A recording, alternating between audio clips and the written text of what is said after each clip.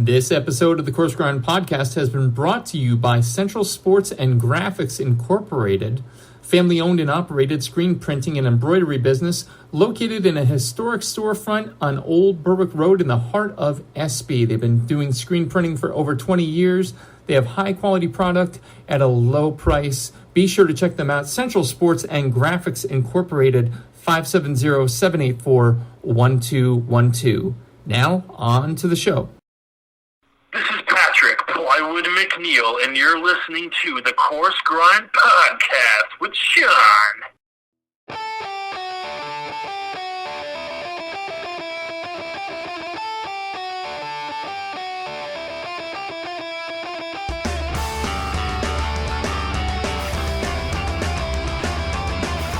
Ladies and gentlemen, welcome back. Episode number 203 of the Coarse Grind Podcast. With you as always this evening, host creator Shawn Rosler.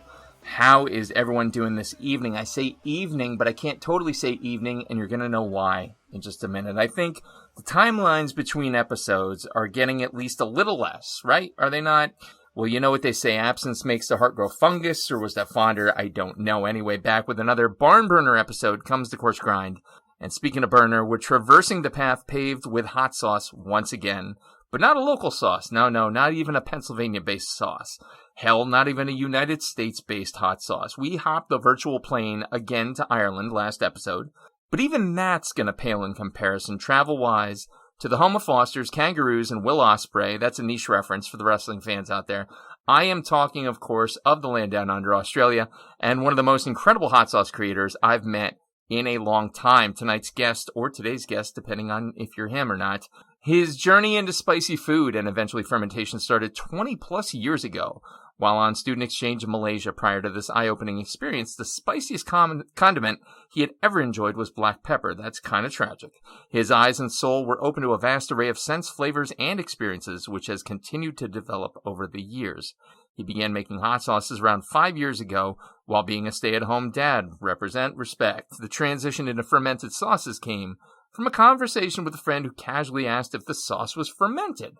The journey down the rabbit hole started then and has continued ever since, making the range of fermented hot sauces known at Food Connect Brisbane in March 2018, initially with 4 5-liter German crocks.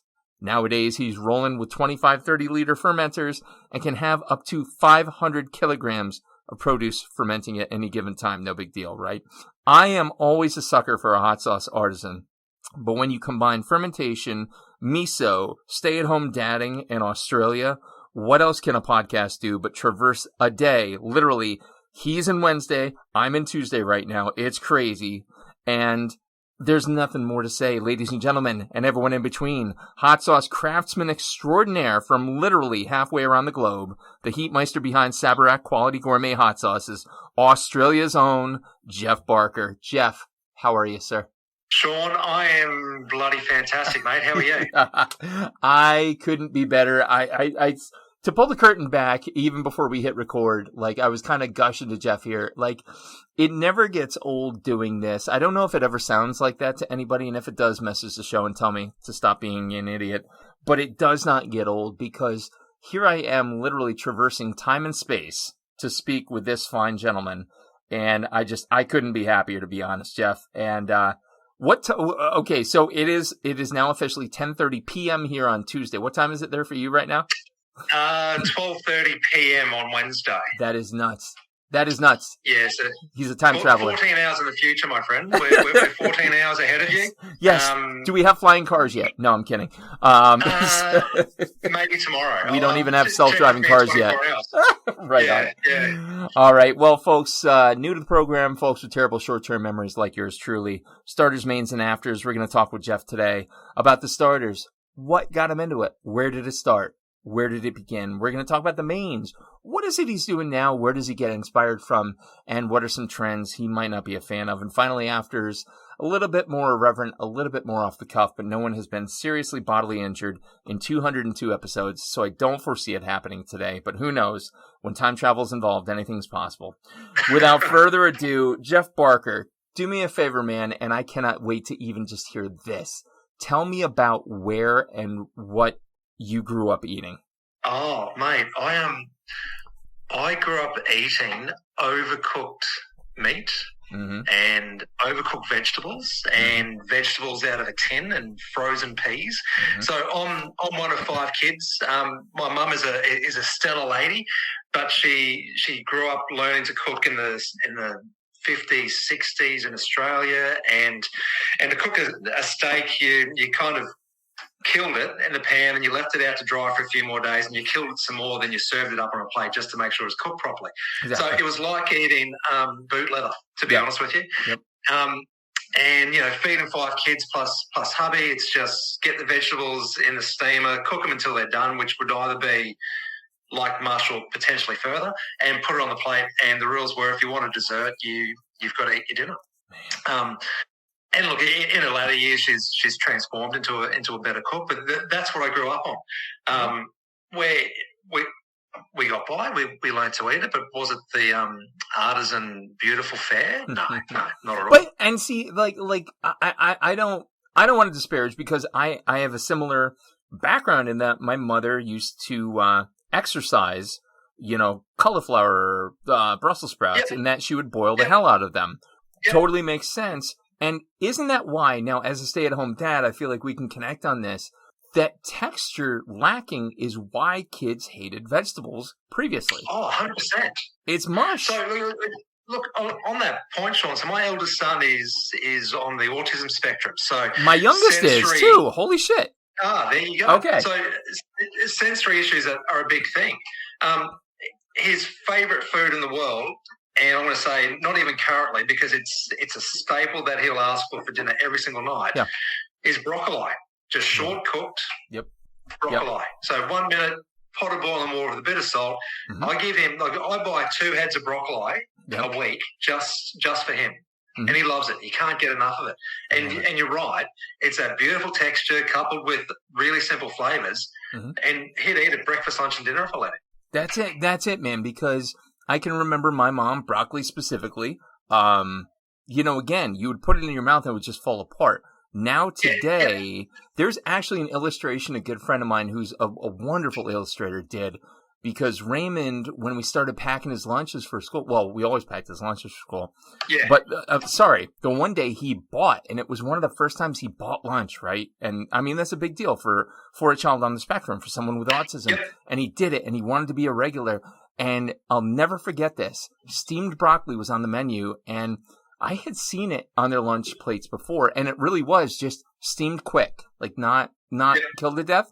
And there's Raymond. Somebody took a picture with the piece of broccoli on the fork smiling, and I'm like, that's what veg can be. And yet we destroy it.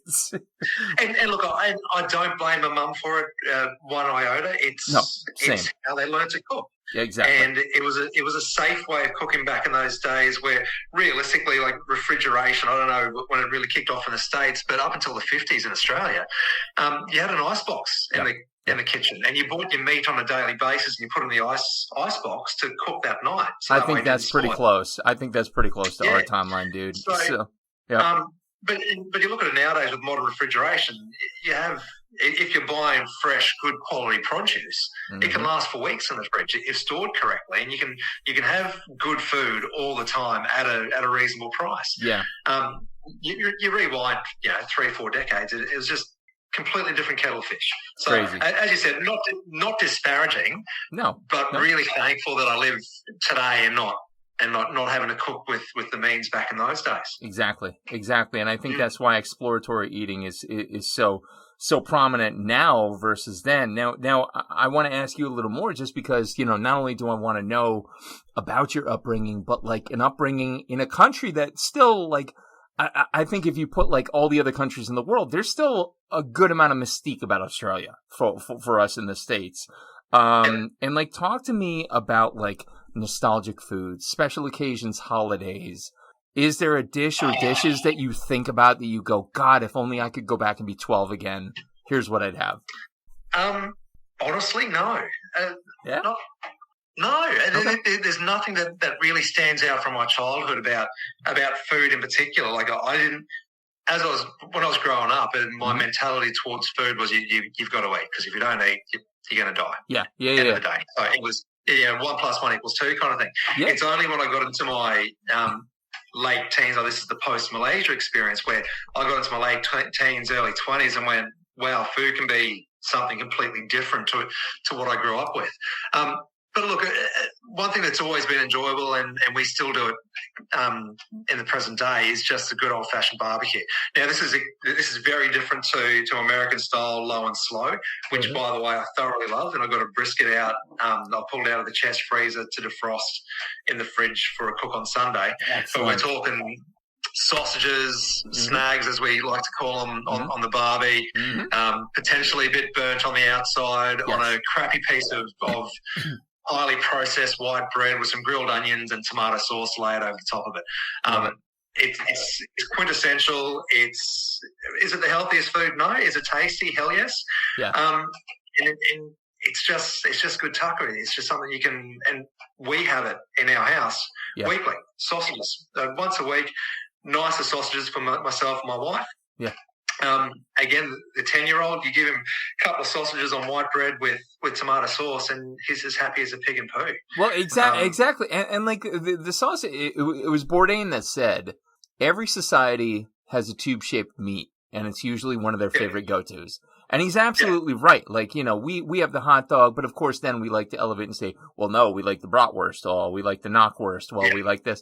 Yeah. Like, all well and good, but to hear that, and I'll admit, in the spirit of full transparency here, kids, I'm going to pull the curtain back on that. I wasn't asking Geoff about, like, holiday foods. I wanted to hear a true Australian talk about the barbecue, because I wanted to confirm for myself that this was a real thing and not some made-up American bullshit. And I'm so glad to hear that. I'm like, has my life been a lie? Is the barbecue not that big of a thing in Australia? And you just proved it to me. I'm so happy. Couldn't be happier. In the last 10 years, though, Shawn, there's been a massive shift. There's a lot of barbecue competitions in Australia now with the traditional low and slow. And they're all sanctioned competitions. There's a lot of interest. Like what do I have in the backyard? I've got a 1980 Imperial Kamado smoker plus 4 or 5 Weber kettles. Holy shit! They get rotated and used. And once a year we host a pre-Christmas barbecue for friends, and it's kind of like a crossover between American low and slow and Australian hot and fast style barbecue, where I'll have brisket, lamb shoulder, pork ribs. I'll have hot links going, but then I'll have traditional sausages for the kids. Yeah. There'll be chicken wings, and it's just 6 hours of food, drink, and just people hanging out having a good time. I love it. And that lamb shoulder mention, that didn't go unnoticed. That's so very Australian. I love that. Yeah. I love that. Man, look, I do love a good pork collar butt, but there's something about lamb shoulder, my friend. It is it's just magic. Can I ask real quick, without you revealing any kind of secret recipe, how do you prepare your lamb shoulder? So I like to cook it bone in. I give it a light trim, just make sure all the tougher sinew on the outside's taken back. Mm-hmm. But whatever your favourite rub for lamb may be, give it a good coating, chuck it in the smoker.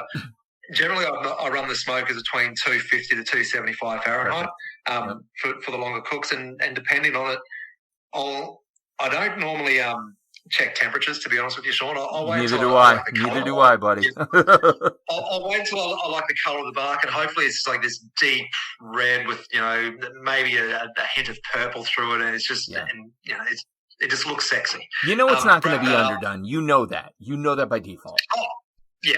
No and look, there'll be a spritz of apple cider vinegar and apple juice or something to that effect that'll go over it when from time to time. It gets wrapped up with a stupid amount of butter and smoked honey. Oh, Jesus. Until it gets to the point where when you probe it, it's like butter. It goes all the way through. Pull it out, rest it for a few hours in towels and an esky, and then it's shredded with a bit of a homemade vinegar sauce to go through it, just to cut through those layers of fat. I've never felt like I was getting fat listening to an answer, but I'm definitely doing that now. I want you to know I'm sweating. I'm sweating a little bit. And then, man, when it comes to eating it, it's the world's your oyster. Whether you want to have it on a bun, just plain on your plate with some slaw on the side, on a tortilla, you name it. just chuck it on whatever vessel you like to get it into your face, and just goddamn believable. So all right, Geoff, I have to ask though. I have to ask because like now the curtain's coming back. You're like, oh, humble beginnings, and you're talking about the intricacy of a lamb shoulder that sounds better than sex. I'm not gonna lie. So clearly somewhere along the way you got bit by the culinary bug to want to do this, to want to love this. Tell me what that is. I know that Malaysia introduced you to spice, but and we'll get into hot sauce. I swear to God we will, kids. If you showed up for the hot sauce show, trust me, it's coming. Calm down. But like, I have to know origin story, like any good comic book hero or villain. When did culinary start for you? Because there was definitely a start point. Yeah, and look, we've got to start in Malaysia. So that's when was that? January 1998. Christ, that was over 25 years ago now, Shawn. Mm-hmm. So I've gone to Malaysia for a year, and as you said in your intro, black pepper was pretty much my spice tolerance back in those days. And my host family would take me to the night markets and the food halls in Kuala Lumpur.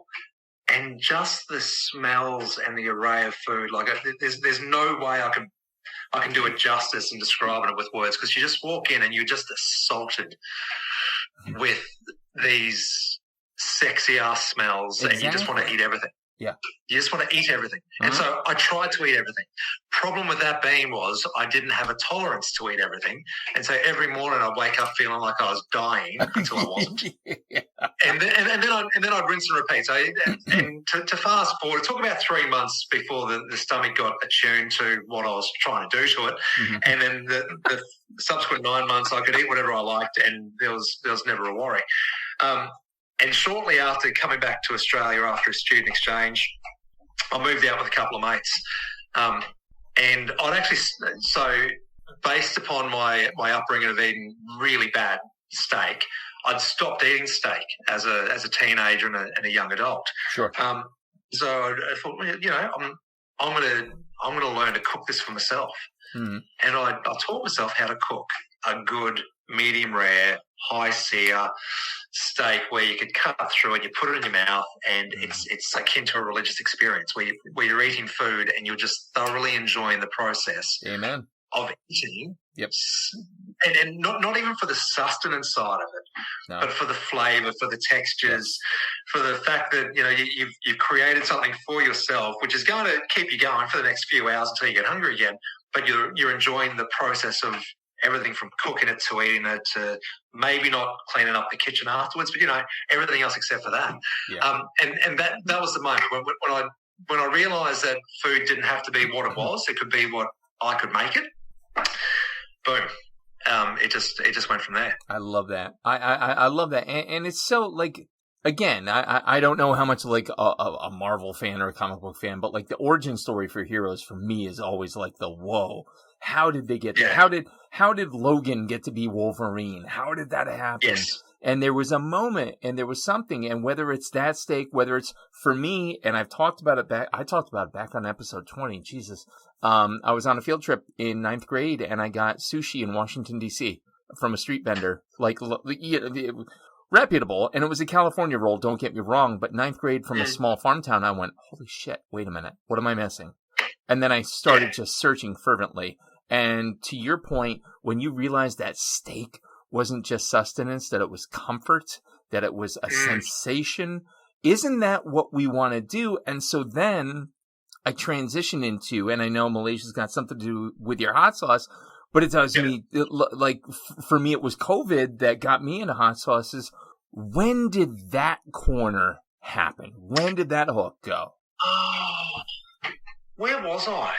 Because, like, hot sauce in Australia is still an evolving concept. Mm-hmm. We certainly don't have the fan base that America has. Yeah, real quick question, because I was wondering that, because I read in your bio piece, the comment about the black pepper, and I kind of laughed to myself, but then I thought, I'm like, wait a minute. You're assuming because it's hot, they like, hot Scoville flavors, and I didn't do my homework. Is Australia truly like kind of a heat neutral country palate-wise? Yeah, like most. Yes is the easy answer to it. Yeah. There's a growing community of people that are chasing the heat, flavor driven mainly, but chasing that heat as well. And then there's the crazies that just try to hurt themselves. But I think that's in every culture, regardless of where you go around the world. Of course, yeah. But it's a growing community, but it's still very much in its infancy. So for me, it would have been in 2016. Yeah. Mm-hmm. We're in Melbourne. Myself, my wife, and our two boys. We're in Melbourne, and I went to a barbecue restaurant and in the CBD of Melbourne, and they had their own range of house-made hot sauces. And I'm going, I'd love to try some of that with the food. I've tried their hot sauces, going, Christ, this is good stuff. I can do something like this. As everybody thinks when they try something that they really like and gives them a bit of inspiration. So I came home and I started experimenting. Nice.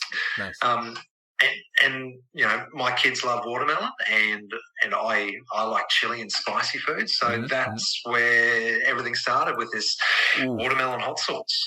What a beautiful combo, by the way. And folks, if you want to get out there and check it out, Sabarac, that's SABARAC.com. The flavors. So here's the thing, right? 10 years into a culinary podcast, long time being a chili head, and off recording here. Sorry, listeners. We're going to do some stuff behind the scenes. I am going to show you like my fermentation vessel and the two ghosts that I picked today, which is just hogs. They're awful. They're so big. But like looking across your flavors, you are somebody who absolutely gets it. Take Malaysia, take Australia, put all that together. There was a mathematical equation that made Geoff Barker get it. Sabarac.com. Go out and look, because, again, I get tired of standard flavors, just like I did with brewing beer. And I truly, I'm kind of weirdly thankful for COVID, because it pushed me out of brewing into making hot sauces. For whatever reason, I just decided, here's something I can do. And I had a good time with it. Then I met that group that you and I are part of, that fermented hot sauce group on Facebook. Yep. And all of a sudden I meet these cool ass human beings, Shawn Kirkpatrick, I'm sorry, I'm saying that wrong. Down to Ferment. Very good guy. Yeah, down to Ferment. Yeah, Shawn Kirkpatrick. And now you, and it's like these flavor profiles that even on my best day, like this is where creativity gets me mad, because when people are more creative than me, I get pissed that I'm not that creative. I'm like, how the hell did you come up with, let's just look at you, where is that miso one? I was like, how about full sour fermented dill pickles? What possessed you demon, to even make that? And why do I want them like now in my face? because honestly, they are tasty as my friend. Like, they're ridiculously tasty, but they're only tasty for people that really like that fermented funk, acidic crunch, where you kind of bite into it. Some of them can still have a little bit of fizz from the leftover carbohydrates. Oh, mate, it's craziness. See, I love it. Oh, there's the fermented watermelon hot sauce. Like, I tried to ferment watermelon. I screwed that up, and it came out looking like a bad infection. I'm like, all right, I did something wrong along the way here. But like, I look across your way, and there's these detractors too, and I wonder what you think of them.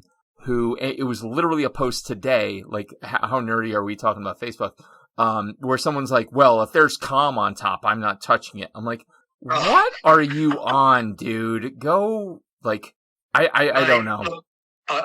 If I tossed any batch, or every batch, that had a bit of pellicle or karma, whatever you want to call it, on top, I'd never make any hot sauce. There's times like I open up a vat on Monday of just fermented cayenne peppers. I open it up and it was pristine. Yeah. And I don't know if you ever just fermented straight cayenne peppers, but do yourself a favour, do it. You open up that vat and it's got this base level capsicum kind of smell with the ferment funk and acidity coming through. And all you want to do is just blend that sucker up, get a spoon and start eating. Yep. It's but I've opened this vat and it's just this pristine dark red mash. I'm going, that's sexy. That's beautiful. But I'll open up other vats, and you get little splotches of calm or pellicle, whatever you want to call it here and there. And it's just like, well, and I don't worry about it, to be honest with you, Shawn.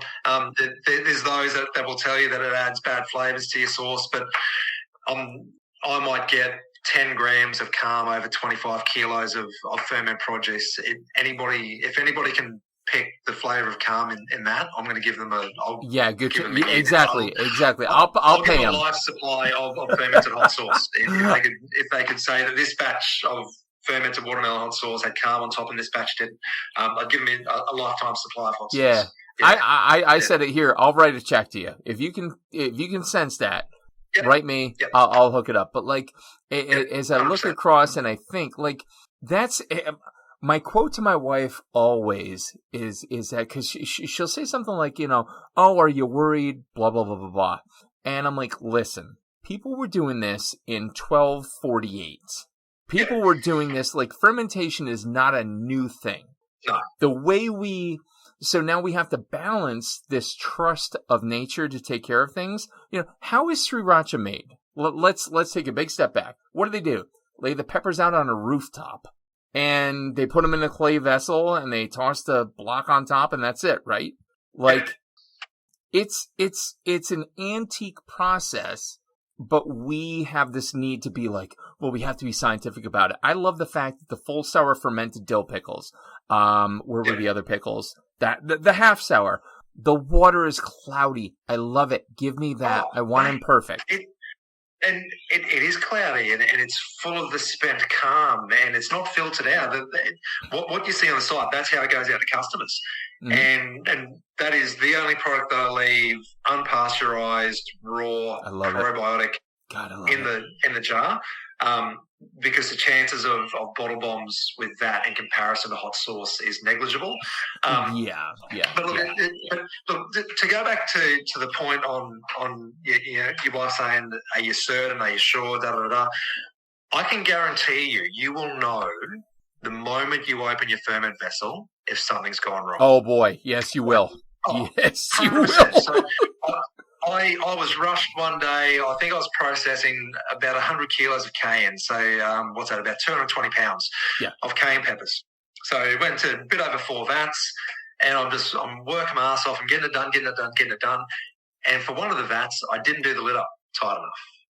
It was a quarter turn off. Right, and it's gone to the back of the fermenting room and the back of the rack, and it sat there for like 6 months.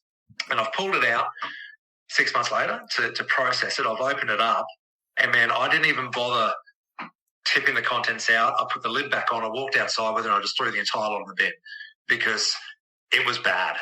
And you knew the moment you pulled the lid off, you'd done something wrong. And I knew the moment I've gone to loosen the lid, it's like, shit, that wasn't on tight enough. Nope. And I pulled it off, and it happens. Like early on in the process, you have a little bit of recovery time, right? You can reinvigorate. Like for me, brewing beer, a couple times I haven't had yeast take off, and it's sitting there looking at me, and I'm like poking it with a stick, going, "Come on, do something." And then you either repitch your yeast or you do something, and it takes off. Okay, cool. I think with hot sauces, specifically fermented, that's a tougher game, dude, because once it turns, there's no coming back. You can't give it an antibiotic and bring it back. No. And look, when it comes to mold growth in hot sauces, in anything really, those beautiful bright splotches of colour that you'll see on the surface of your fermentation, the way I like to explain them is they're liken them to flowers on a plant or a tree, whatever. So that's the beautiful little flower that you're seeing, and there's this entire root system and connectivity all the way through either your brine or your mash, which is feeding that flower up the top. So people say, you hear the commentary, just scoop and go, you'll be fine. People have been doing this for thousands of years.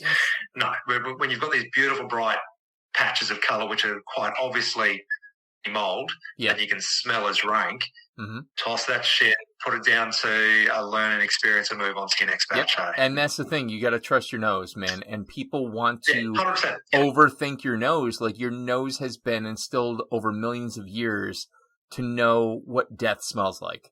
walk away from it. Mm-hmm. Walk away from it 100%. before that.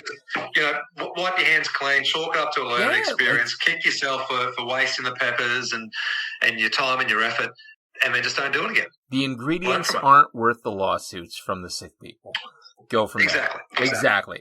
So, all right, Geoff, we got you the origin story. I got to ask you now, specifically, again, looking across this catalog, which is absolutely savage. And listen, if you are listening to this show right now, I'm going to give you the best piece of advice. If you're a fan of hot sauces, if you're a fan of fermented hot sauces, if you're a fan of Australia, how could you not be? They're beautiful people, bottom line. There is an option at the bottom of the order page. See, even he agreed. There's an option at the bottom that says one of everything, please. How the hell can you not log on right now and order that? It's down easily $50, and you can get one of every piece that Geoff is making. And trust me, like from Japanese miso fermented, pineapple sweet and sour, roast garlic habanero, fire melon, Sabarac, roast garlic habanero. Like, you are going to be tired of reading by the time you're done ordering. So, like, listen, Fatali pear, that's the one that caught my eye. I'm like, wait a minute, I missed that.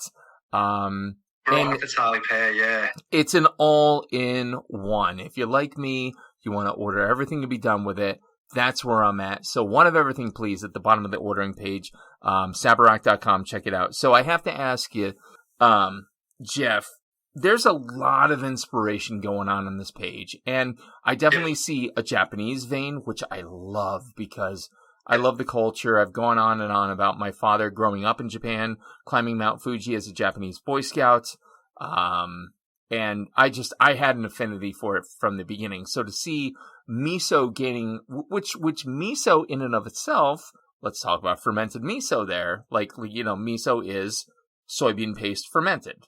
And so it makes sense to partner that up. Where is your inspiration coming from, man? So for a lot of these sauces and a lot of the products that I release, it just comes down to the fact what flavors do I like? What flavors work together, and how can I take what I love, the kitchen where I'm cooking for myself and the family, and put that into a hot sauce, which I can then get out to the larger population and kind of share what I do for myself in a commercial venture. So the Japanese miso in particular was a COVID project. I've been wanting to do a miso-based hot sauce for years, and you know what it's like, Shawn. You have these ideas that rumble around in the head, and it's just a matter of finding the time not finding the time, but allocating the time and resources to make the dream the reality. I feel that. And I had some extra time, funnily enough, in March, April, May, and June of 2020, because I don't know what it's like over in America, but we had 3 months of stay-at-home lockdown, kind of associated with your immediate family only, and then we had 3 months of that. So I had a lot of time to invest into experimentation. Yep. And I think it took 2 or 3 small batch attempts to get the heat and the flavor profiles balanced right. But I knew what flavors I liked out of Japanese food. I did a bit of research on what I could do to add flavors into the back end to balance out the acidity and the funkiness of the fermentation to round it out and soften it a bit for a wider appeal to a larger audience. And so I just experimented, and it's come out an absolute banger. It's still the most popular sauce in the lineup. Only by a hair nowadays.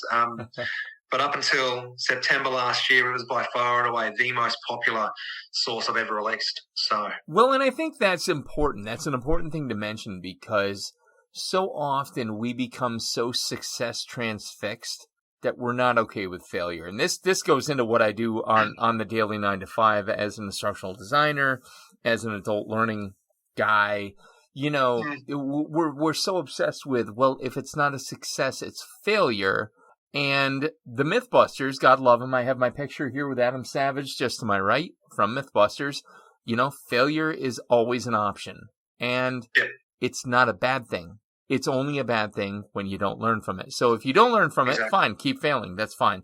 Fail smart, fail cheap, fail better was the 3 cloved approach I've kind of looked at with regards to a lot of my cooking, a lot of my brewing, all that stuff. So yeah, I mean, to hear that the miso though, I love this, and it just shows how smart the culinary crowd is getting. That was your top? That's amazing. Now, was that top in Australia or was that worldwide? That's just been the bestseller, period. I love it. God. Yeah. God, I love it. Until I dropped the roast garlic habanero September last year, and that just went like hotcakes. That just seems so universally applicable, though. Like roast garlic habanero. You say those 3 things, I'm like, I'll put that on Frosted Flakes in the morning. That's breakfast cereal, folks. Dude, look, for real, I try not to open a bottle at home. Yeah. Because a 150, so a 5 ounce Florence fluid ounce, is that what you guys refer to as? Yeah. Mm-hmm. So a 5 ounce bottle, 3 days is generally what it takes before it's empty. And I'll add a bit of vinegar to it to get the last bits and put it in as a salad dressing. Because it'll legitimately go on breakfast, lunch, and dinner. So eggs for breakfast, salad at lunch, and roast chicken, whatever. It'll just get smashed relentlessly until the bottle just disappears. And then I look at it going, I've got to stop doing this. I'm literally eating my inventory because I enjoy it. No, you don't have to stop. Don't limit yourself like that, sir. Don't limit yourself. No, my wife hates me when I make breakfast sandwiches and I deglaze the pan with my Reaper backbone sauce because it fills the house with a vapor, and she comes out crying like somebody launched tear gas in the bedroom. I'm like, sorry, but it's delicious. Look, just quickly, like my wife was absolutely ecstatic when I took the experimentation out of home and started hiring a bit of space at a commercial kitchen because my wife's spice tolerance is red bell peppers. I love it. She doesn't even really do black pepper. Yeah, clearly, we married the same woman. All right. Yeah, hey, I have to ask you. So you have this library of sauces, and it is, honest to God, folks, Sabarac.com. Go out and look it up. Your fingers will cramp by scrolling. That's all I'm going to say. So you have a lot of creations, but I have to ask. It's a twofold question. What's your favorite creation of all time? And what is the one you hoped nobody on a podcast would ask you about that it was your biggest bomb of all time? Favorite creation? Yeah. Roast garlic habanero. Yeah. That's a tough one, man, because they're like my kids. I really shouldn't pick a favorite. Oh, so shit. I can pick a favorite on my kids like any day of the week. That's fine. Okay. Look, honestly, the one I really enjoy making and consuming is the fire melon. Okay. It's a Moruga scorpion-based watermelon hot sauce. She's fresh, she's sour, fruity, funky, brutally hot. You can smash that on virtually anything. If my spice tolerance starts to drop a bit because I've been nice to myself, I would open up a bottle of that, get on it for a week, and then I'm back to where I should be, kind of thing. And I love it. I can't get enough of it. And again, it's an issue because eating my own inventory. The biggest disappointment out of the lineup recently, funnily enough, has been the Sabarac. It's a ghost pepper cayenne mix of my take on a really hot take of sriracha, and it's a banging sauce. It is properly good. It's properly hot.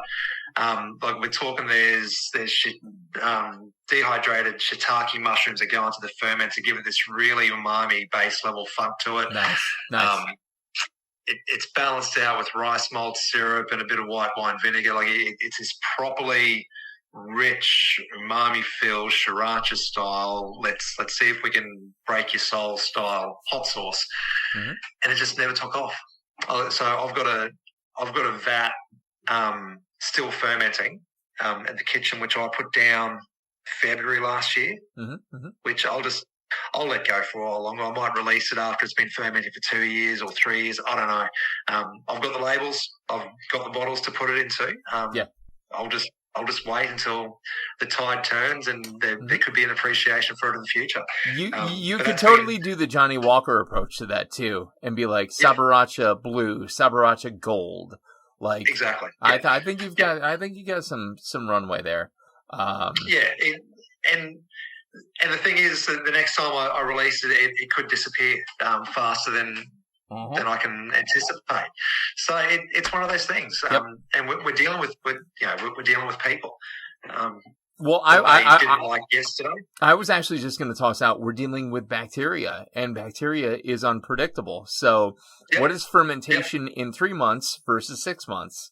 Like, what does that bring? And I think that's the we have certainty around it. We do know what it does, but we don't totally know what it does. This, just like, I forget who it was I was talking to about brewing beer, and they're like, oh, well, Sam Adams always tastes like Sam Adams. I said, I challenge you to buy a case this year, buy a case next year, and buy a case the following year. Now drink them all next to each other, and you will taste they're all different. Yep. No, that's a commercial brewery, bro. Like, no, bacteria acts different every moment of the day. Yep. And you look at it from the fermented hot sauce point of view. So we've got active lactobacillus in the natural environment in which we're processing our sauces when it comes to putting down your mash or your brine ferments. But you've also got the lactobacillus, which is present on the vegetables themselves.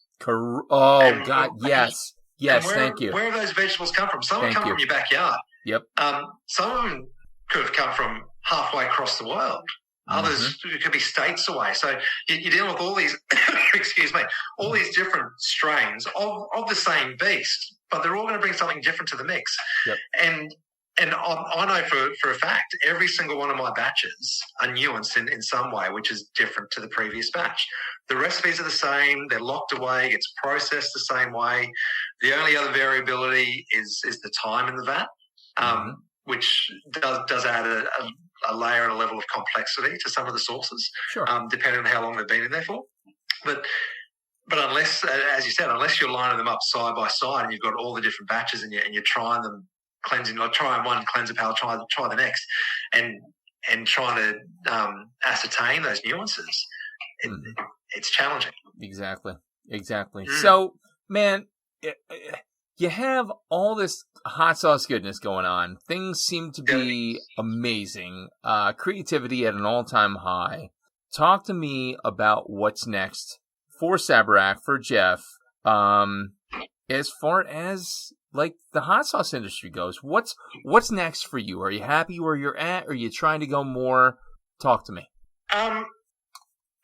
Currently, look, business is great. The wonderful thing about what I do is my wife is the corporate lawyer. She's the breadwinner of the family. She's the one that earns the income to keep the roof over the head, get the electricity bills paid, all that kind of jazz.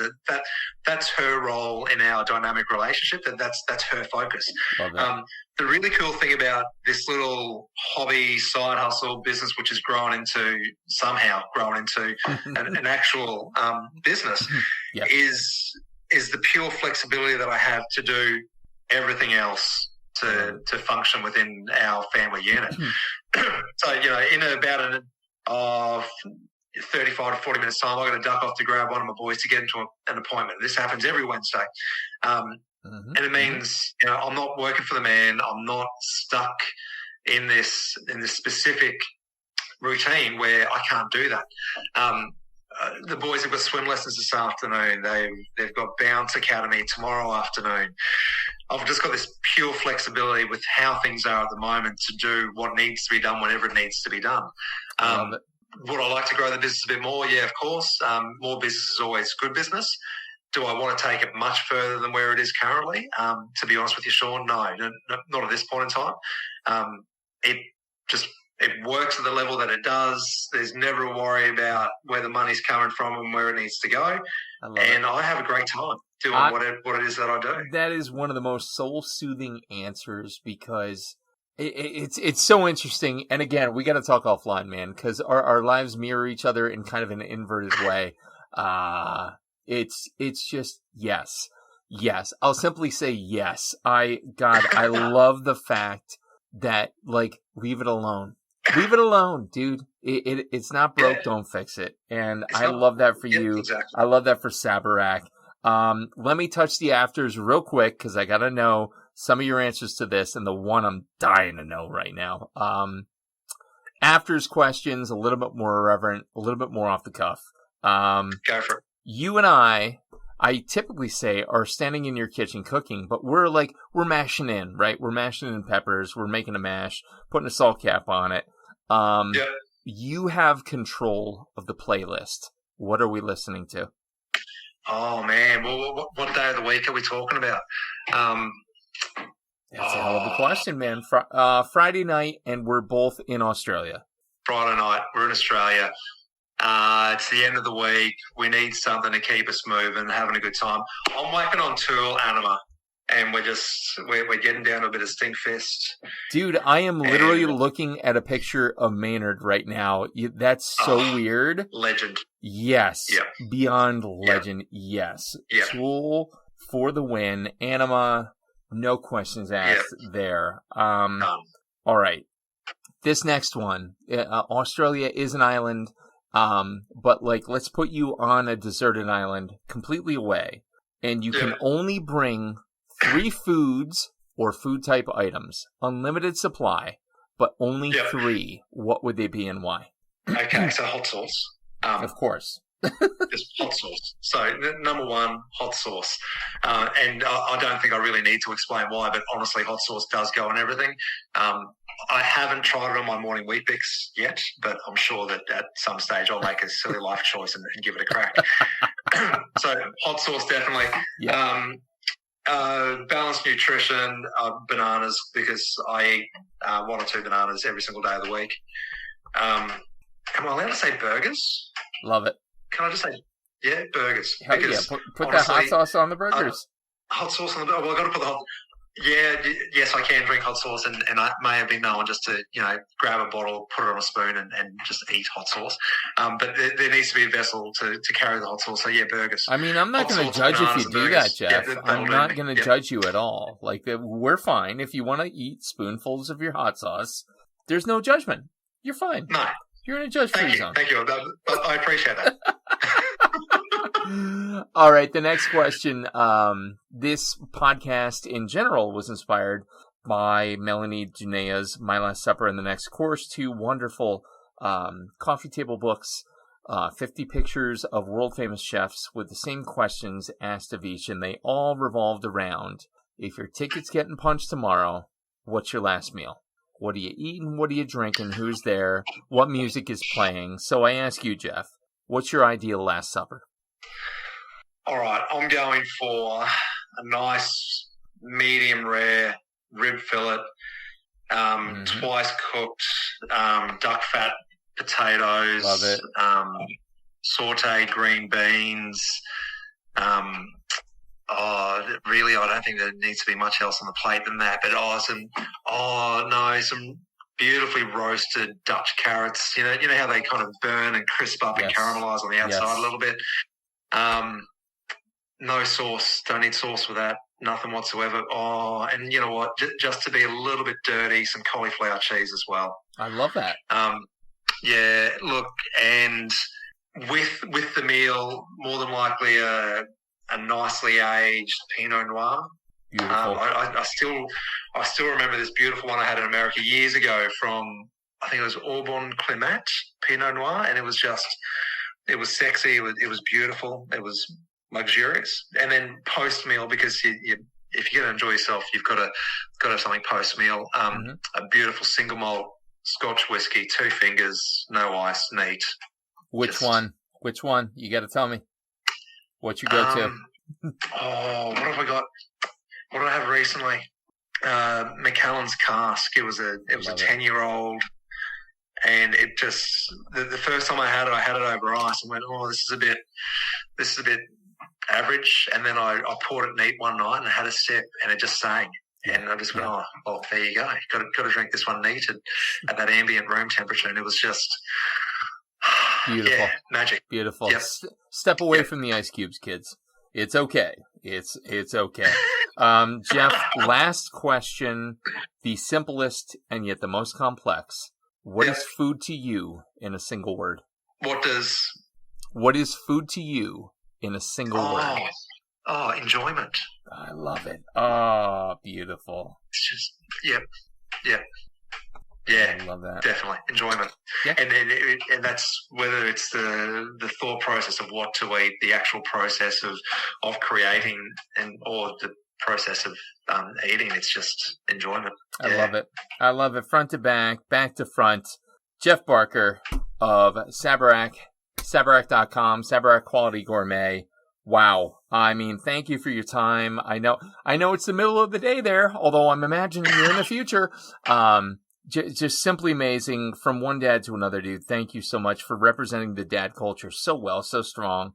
And, God, just what a cool story.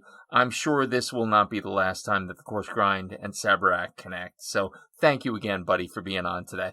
And thank you, Shawn. This has been an absolute blast. Thanks for the invite. Without a doubt, dude. Sabarac.com. Check them out on Instagram and Facebook. Again, man, enjoyment. This guy lives it. This guy gets it. Go out, check their stuff out. Sabarac.com. My card is loaded. I'm about to click order. My wife is going to kill me, and I don't care. Without further ado, again, sir, thank you so much again for being here with us today. Appreciate it. Thanks, Shawn. Absolutely. Ladies and gentlemen, once again, this has been episode number 203, oh my God, of the Coarse Grind Podcast with me this evening and today, if you're in Australia, the unparalleled Geoff Barker of Sabarac.com, Sabarac.com on Instagram and Facebook. Be sure to check them out for all your fermented hot sauce needs. Our producer, as always this evening, has been Johnny Leland Robinson, a.k.a. Reverend Johnny Lamoria. Be sure to check out all things libertarian that he's working on in the 18431. Next episode is going to be number 204. Oh my God. You're not going to want to miss it. Stay tuned.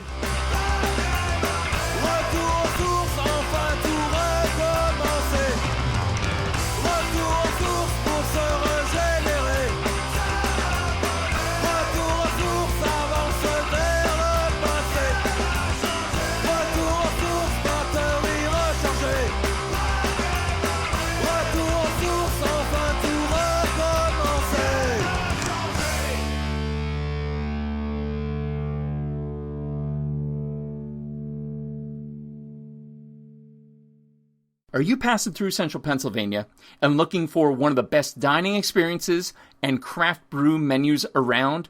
Look no further. Turkey Hill Brewing Company and 991 Central Road in Bloomsburg, PA has everything you could ask for and then some. Service, food, beer together. Unbelievable. Be sure to check them out. Call them today for reservations. 570-387-8422. Call today.